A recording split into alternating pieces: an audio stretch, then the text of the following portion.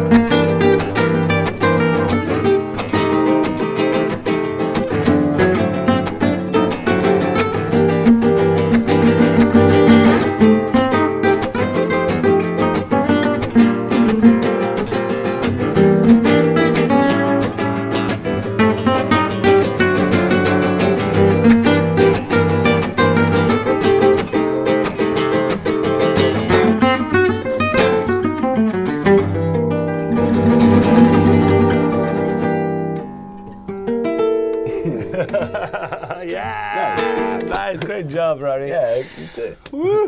Hey, everybody. We're here today with my great friend, incredible guitarist and composer, Rory Dollard. Thank you so much for being here, man. Thanks for having us, man. Beautiful. Happy What a to great be here. tune, you know? Yeah, Awesome. yeah. Yeah. Well, you and Mackenzie. You and Mackenzie. Yeah, so much to be said about this great man. That's right, It's right? like the father of Gypsy Jazz in Australia and Yeah, Brisbane. absolutely. Yeah, Yeah. yeah. He's such a incredible human being. You know, he's big influence in a lot of musicians here and stuff. Yeah, and just Gypsy Jazz for so many people. Absolutely, right? Yeah, it's a huge reference. Yeah, I had the opportunity, the luck to jam a few times with him. Yeah, and like Gypsy Jazz only came into my life for like the last few years. I haven't been playing this music much, but he was always like so encouraging. You know what I mean? Like non-judgmental and super friendly and like, beautiful. Just always take the time to if you could ask him about like a lick that he'd play or something, he'd tell you where he got it from. Or that's so nice. Totally. Yeah. And like an incredible, like a really kind of heavyweight guitarist, don't you think? Yeah, like he's really and many incredibly other styles talented as well. Yeah, that's right. Yeah. Yeah, just did. Yeah, it's amazing. Things. So cool. Yeah. So, well, tell me about you and how Gypsy Jazz came into your life. Well, I was kind of late into my playing of music. I was overseas and traveling around Europe and oh, really? Awesome. just started to hear some of the sounds just kind of manouche things and a lot of like I was into a lot of flamenco music and studying a lot of that and just some friends had introduced us to we'd watch the movie on Midnight in Paris. Yeah, gorgeous. And, Woody Allen. Yeah, the Woody Allen one, and then dove into like listening to Stéphane Rembel, who wrote the theme tune to that. What's it called?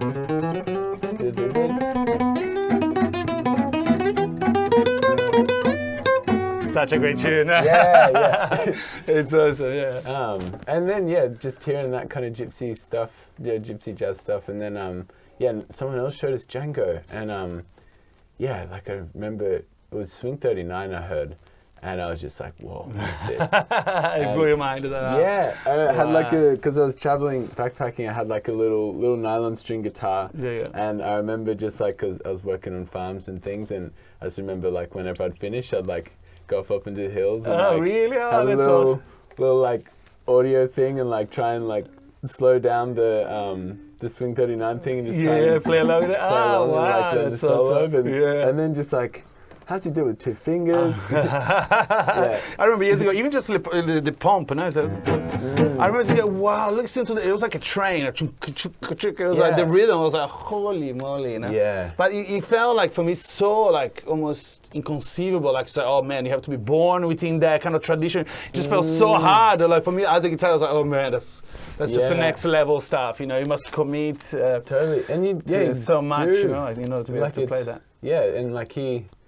just lived and breathed it his whole life, and like that tradition is just like passed down to so many generations of like manouche musicians. Yes, exactly. Yeah. It's okay. Django is like such a huge reference, right? It's crazy. Those 2 little fingers, you know, like it's incredible. Yeah, such an inspiration. Yeah.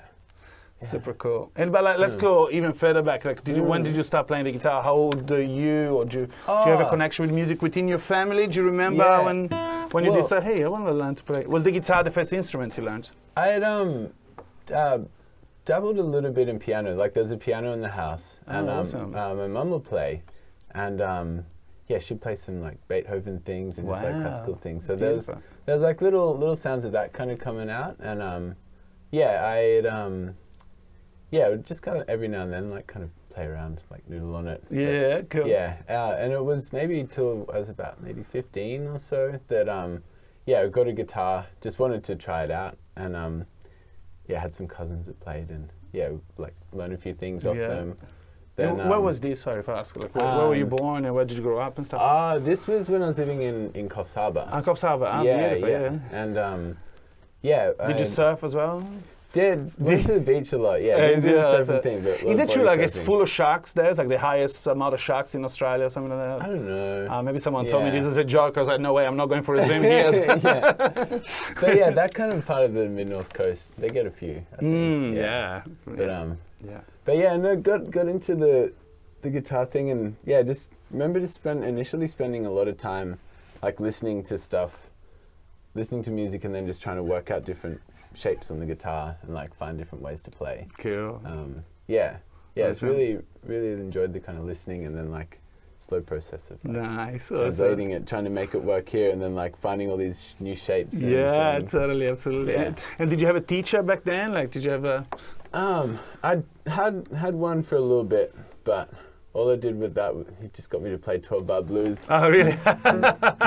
Well, he just shredded for an hour. It's like, that's classic. Like boring. Totally. I had one music lesson as a kid in Brazil, and it was so horrible. I mean, so horrible, darling. It's like I had a godmother, you know, and I went to live with her for a while. And she said, I'm going to take you to my church. And there's this guy that's going to teach you music. I was like, oh, cool, let's do it. So I went there into this church. And the only thing that this guy made me do is just like ride the treble clef. Like I had to ride the treble clef for half an hour. Because no, that's not good enough. Whoa. Do it again. I was like, but when are you going to play? No, you got to learn the treble. There's nothing like audible about I was like I never want to do music again. That's so crazy. That's right? like, how to kill music. How to kill music. I know, totally. And then I grew up. I was born in Brazil and moved to Italy when I was like 11 years old. And in Italy, at school, that I had a music class, which was like, oh, that's awesome. But then you had to play a melodica. You know the melodica? Which I love the melodica now. But at the time, I was like, it's so shit. I hated that sound. You know? I was like, yeah, music is not for me, you know? Yeah, wow. Isn't that funny? Yeah. So music came like, I became a musician. Well, I fell in love with music when I was like 18, 19, you know? That's when like, kind of like, oh, okay, that's cool. Yeah. You know, but before, I guess like you, right? Like it's so interesting like how those kind of experiences that we have, you know, as a young person that really kind of forms us, you know, forms our relationship with the instrument or with music in general, right? It's crazy. Yeah, totally. So cool. Yeah. Nice. So you're okay. So you were playing blues there in Coffs Harbour. You're going, that's a bit boring. Yeah. But you still kind of continue with the instrument. You could still like. Yeah, continue playing and like by yourself, like trying to find your own chords and stuff. Yeah, and started some bands and things in school. Cool. Like got into like a lot of rock stuff and. Nice. Yeah, then eventually just kind of that started to just feel kind of stale. I wasn't really enjoying it all that much, and it just took a bit of time off it. And it was when I was traveling abroad, just kind of hearing I hadn't been exposed to any music from Europe. Wow. Kind of thing, of course, right? Yeah, different styles, and especially from like gypsy manouche backgrounds, and just when I heard that, I was like, whoa, I've got so much to like learn and like discover here. And it's just kind of so kind of when I was about 20 or so, that was when I was like, I've got to do this. Awesome. Good on you. Because I went to the con here in Brisbane. You went to the con as well. I remember seeing you there. Oh wait, I was doing voice. I did a master's. Well, I did a bachelor in like the first year, and then like my teacher, I was kind of like because I was don't tell anyone. I was like 32 when I went. So I was a bit older, and I was like doing the classes like first year bachelor with like 17-year-old little geniuses, like perfect pitch. But I was so scared because I left school as a 14-year-old in Brazil, like in Italy, and kind of never went back. So I was kind of like had this relationship with, I guess, academics and academia and studying. That was like, I'm not sure that's my world. Maybe I'm not good enough. I left when I was so young. So when I decided to go to the con, I was like, man, I'm gonna really study. I'm gonna really pay attention. So I was like the geek, of the class. Like go home and study so much, And so I was like, kind of like top of my class, apart from the ear stuff, because I didn't have a perfect pitch. And my teacher, would say, well, Eddie, like, you can keep studying the bachelor if you want, but like, you seem to, kind of know enough. If you want, you can just jump straight into the master's program. So I was like, okay, and then like the money thing, do you know what I mean? I thought maybe I'll just, save myself some money. Study and work at the same time. You work at the same time. And so I was like, I'm gigging a lot, blah, blah. So I jumped straight into the masters and, did a voice thing. But I kind of missed because, I feel, because the master then was purely academic. Do you know what I mean? Like I had one lesson a week with my teacher on singing, and we got to, we had to do our exams, so like we had to sing. But then I missed all kind of like the band studies, you know what I mean? All the different, I would have enjoyed kept studying like, jazz harmony and like all this kind of cool stuff that you only do at the bachelor level, I guess.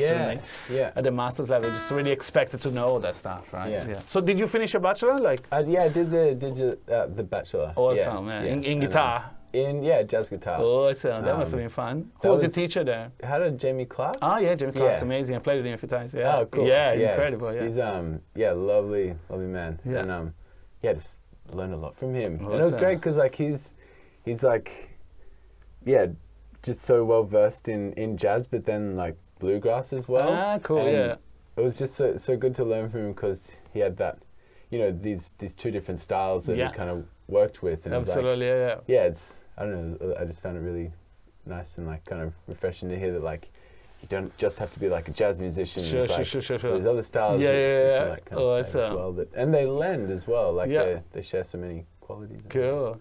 And I guess jazz helps with Gypsy Jazz, I guess, right? I mean, it's a good foundation to have, you know what I mean? In terms of, you know, improvising and and be able to read scores and stuff like that. No, it's a good tradition, I guess, you know, because to have these kind of institutions that you can do here in Australia, they're kind of. It's kind of like you're going to university, because like in Europe it's different, you know what I mean? Like in Brazil, kind of the same. Like you can do the conservatorium, but you should study something else. Do you know what I mean? Like you go and study economics or architecture, and you can do music on the side. You know what I mean? It's kind of strange, you know. So at least here it's cool that you get this opportunity to really focus. That's what you want to do. Okay, then let's do it. Right. And it's a really well spread out kind of program that like it's not just like learn your craft on the instrument, like learn how to, you know, manage and understand like the business side and like the booking side and like kind of promoting yourself. And Absolutely, kind of it's no, it's cool. I love the experience and the opportunity, you know, like because you get the best teachers as well, right? The best teachers are there, you know, because that's where they get paid the most. So you know what I mean. So you get the best teachers. It's awesome. So good. Super fun. Nice. And what about like practice? Did you? You know, because for example, at the con, I always felt I wasn't practicing enough. Do you know what I mean? The moment you walk in the building, you hear just people. People just there practicing all the time. Exactly, right? It's so tricky. But my teacher told me something really lovely. She said, "Oh, Eddie, you know, like how many gigs are you doing a week?" I said, 2 or 3. It's you know, that's practice too, and that's even a better practice. So she kind of helped me go, okay, chill. You know, I don't need to be there. You know, 8 hours a day. Practicing scales, which is cool. But how is your practice now, like in your daily life? Are you a person that practice every day? Cool. Got to spend time on the instrument, and like if there's like the days where you don't get to, like I don't know, can kind of practice mentally or like listen to music actively. But awesome. I don't know. I always feel that my practicing's kind of like going with me as well. Like I don't know, finding like little different ways to kind of like utilize it. And like it's not the same way that I practice like when I was at uni. Right. Okay, like strict scale things, but like there's so many different areas that you can absolutely you can spend time on, and of course, it's just finding those things that you want to work on. Awesome. Yeah, for sure. And what I was gonna say, you know, about it's funny because you say as part of your practice, listening to music, right? Like listening, being actively listening, and it's so funny. Like I find that people listens to music differently. Like for example, some people can, you know, put some jazz and like read a book. I can't do that. It's weird. Like I start reading and they're like, I can't, like my mind gets super distracted. I'm constantly like, I love listening to music, but it has to be like, you know, some romantic classical music or some meditation music, something that kind of very calm and background. But if you put like jazz, bossa nova, anything, you know, on the background, I really struggle, you know what I mean, to focus, you know. It's so funny, totally. Then you got that as well. Isn't that funny? It's a musician's put the book down and then go listen. Exactly. Okay, listen. Okay, that's cool, man. Go listen to what he's doing. Cutting, like cooking, and then it's just like kind of start cutting in time with the song. Totally, right? That's so cool. Fantastic.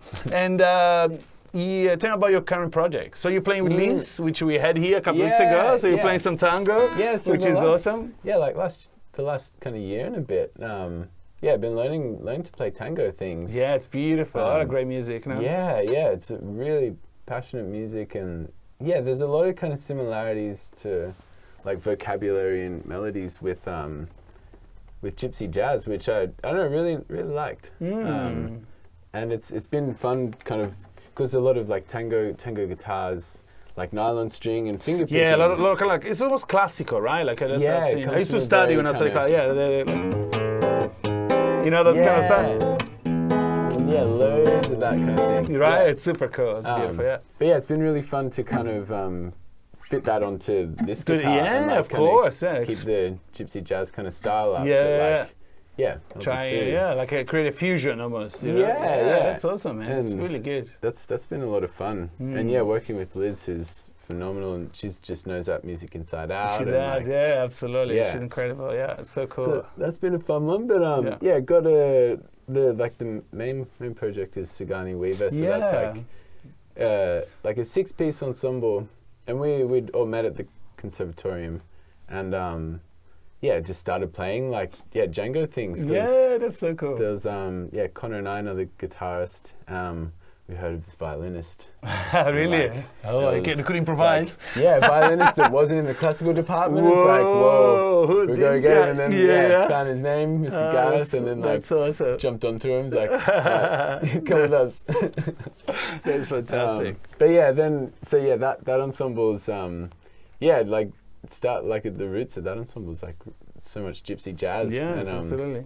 Then the last few years, we've been really, really lucky to play like a lot of festivals and get a lot of work. And absolutely, that's like been like it kind of became like the gypsy jazz band. I guess of Queensland and Brisbane, like all these festivals and stuff. It's fantastic. And then like kind of having the opportunity to like write our own music, which is like draws from a lot of like everyone's influences. Yeah. Like it's a really so do you guys compose together as a band, or do you like people bring in ideas and then we'll like flesh them out as an ensemble? That's awesome. Yeah, that's really good. Very democratic, would you say? Yes. Yeah. Democratic. I'm terrible. I'm more dictatorial when it comes to composition. Yes, like, that's how it is. You did this. You play that. You play that. Because I had so many experiences with bands in as really I only had one band, but every time we like added kind of other elements, then we kind of tried to be democratic. It was always a mess. Do you know what I mean? It was always like people have different opinions and like different visions. So then I thought, okay, I'm never doing bands again. Do you know what I mean? Like, I love to play your songs, sure, or you play mine. I've got a lot of kind of partnerships, like compositions between me and someone else. Yeah. But I've always kind of struggled to I guess have met other people that has the same vision, do you know what I mean? The same, I guess, stylistically preferences than me, so I always struggle with that. So, man, you guys are so lucky. How wonderful, do you know what I mean? You guys got a group of people that, that you can sit together and write together. That's beautiful. Yeah, it's a great thing. And we're, just lucky because, like, we're friends as well as, like, band members. Yeah, of course. Kind of so that's like ultimately it becomes a family, right? Your band. That's exactly. so cool. Yeah. It's beautiful. It's we're so lucky as musicians in that sense, right? Super cool. Totally. Yeah. Cool. And how about lockdown and like coronavirus whole thing? So you guys, I guess, a lot of gigs being cut. I'd say the story would be the same with so many other musicians. But it's totally. Just like, well, it's like today I had like 2 gigs cancelled, but then like 1 gig come through. So it's kind of good. Yeah, man. 2 steps back. 2 steps forward. Okay. So doesn't mean I'm in the same place. That's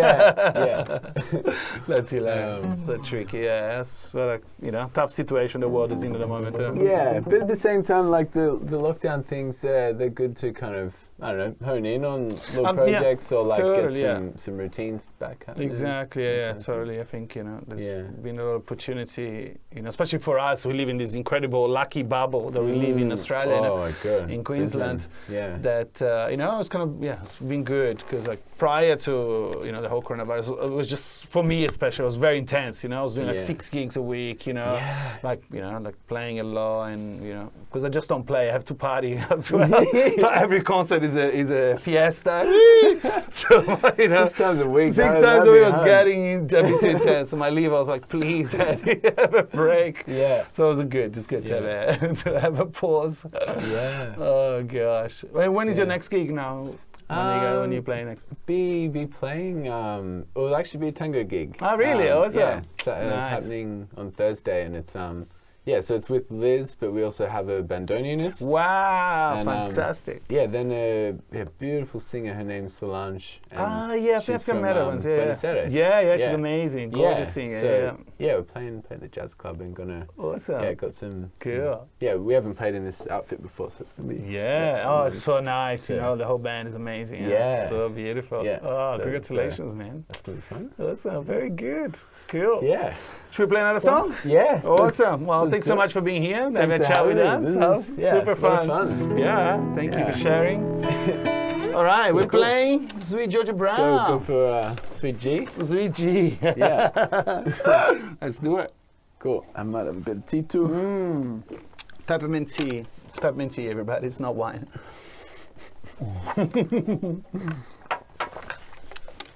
Alrighty. All right. Yeah. Go.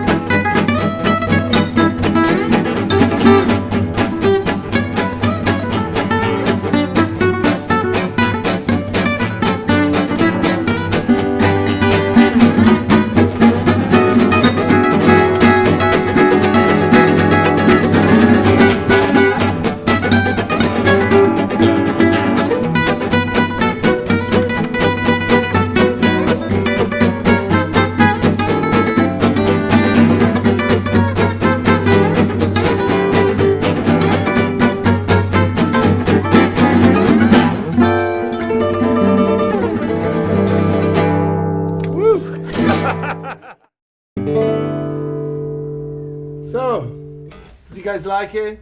If you really liked it, please don't forget to subscribe, give it a like, and if you really like it, you want to support us, don't forget to go to the link down below and go to our Patreon account where you can help us keep going. Thank you so much.